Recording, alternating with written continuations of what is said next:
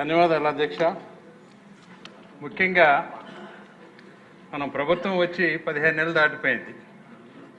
నాకు ఒక అనుభవం, లోగడ ప్రభుత్వంలో రాష్ట్ర ఎన్నికల సంఘం ఎన్నికల ప్రక్రియని ఆటంకపరిచి విధుల నుంచి తొలగించబడిన సాయి ప్రసాద్ అనే ఉద్యోగి తిరిగి అక్రమంగా పునర్నిర్మితుడయ్యాడని, అతనికి ప్రమోషన్ కూడా ఇచ్చారని, కీలక బాధ్యతలు ఇవ్వటం వాస్తవేనా?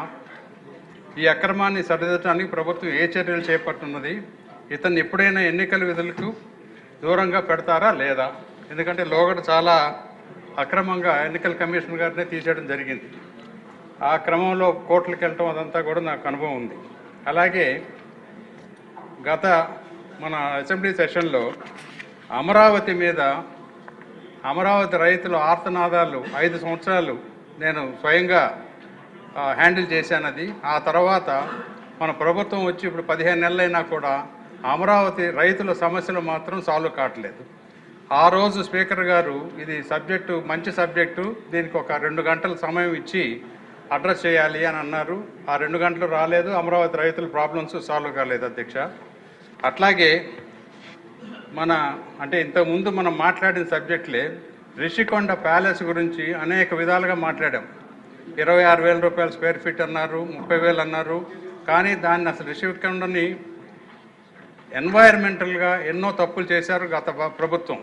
దాని మీద నేను స్పీకర్ గారికి విపులంగా, ఎందుకంటే అసెంబ్లీలో టేకప్ చేయట్లేదు, యాక్షన్ తీసుకోవట్లేదు, సమాధానాలు రావట్లేదు, కాబట్టి ప్రభుత్వం వచ్చి 15 నెలలైనా కూడా నేను స్పీకర్ గారికి 3 పేజీల ఉత్తరం రాశాను.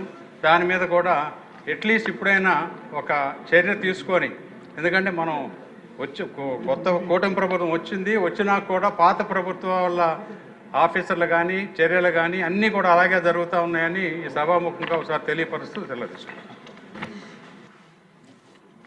కొలుకుపూడి శ్రీనివాస్ గారు.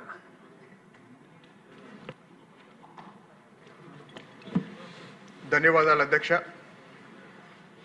మా తిరువూరు నగర పంచాయతీ పరిధిలో దాదాపు 800 కుటుంబాలకు సంబంధించిన ఇళ్ల స్థలాలను